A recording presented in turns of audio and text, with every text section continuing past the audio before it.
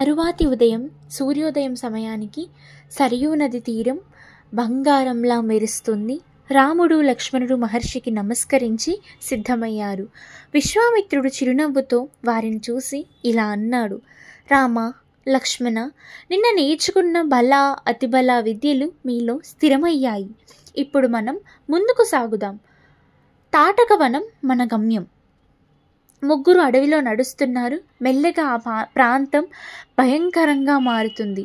లక్ష్మణుడు ఆశ్చర్యంగా, గురుదేవా, ఈ అడవిలో పక్షులు జంతువులు కనిపించడం లేదు. ఇక్కడ భయంకరమైన నిశ్శబ్దం ఎందుకు ఉంది?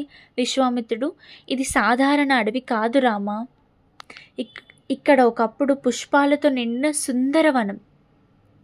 కానీ ఇప్పుడు రాక్షసి తాటక ఇక్కడే రాజ్యం చేస్తుంది. ఆమె భయంకరమైన రూపం చూసి దేవతలే దూరంగా ఉంటారు. రాముడు చాలా వినయంగా, గురుదేవా, ఆమె ఎవరు? ఎందుకు రాక్షసిగా మారింది?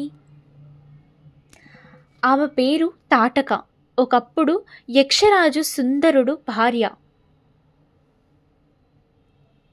తనకు ఒక కుమారుడు మారీచుడు.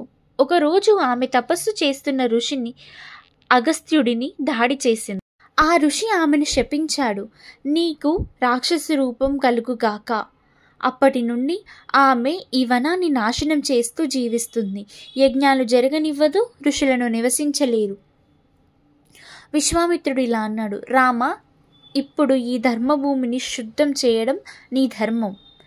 రాముడు ఆలోచించగా, గురుదేవా, ఆమె స్త్రీని సంహరించడం యుక్తమా? విశ్వామిత్రుడు: రామ, ఆమె స్త్రీగా పుట్టినా ఇప్పుడు ధర్మాన్ని నాశనం చేస్తున్న రాక్షసి. స్త్రీ అని చెప్పుకోవడానికి తగిన గుణాలు ఆమె వద్ద లేవు. నీవు రక్షణ కోసం, ధర్మం కోసం యుద్ధం చేస్తే అది పాపం కాదు. రాముడు వినయంగా నమస్కరించి తన ధనస్సును సిద్ధం చేశాడు. తరువాత ఏం జరిగిందో నెక్స్ట్ ఎపిసోడ్లో చూద్దాం.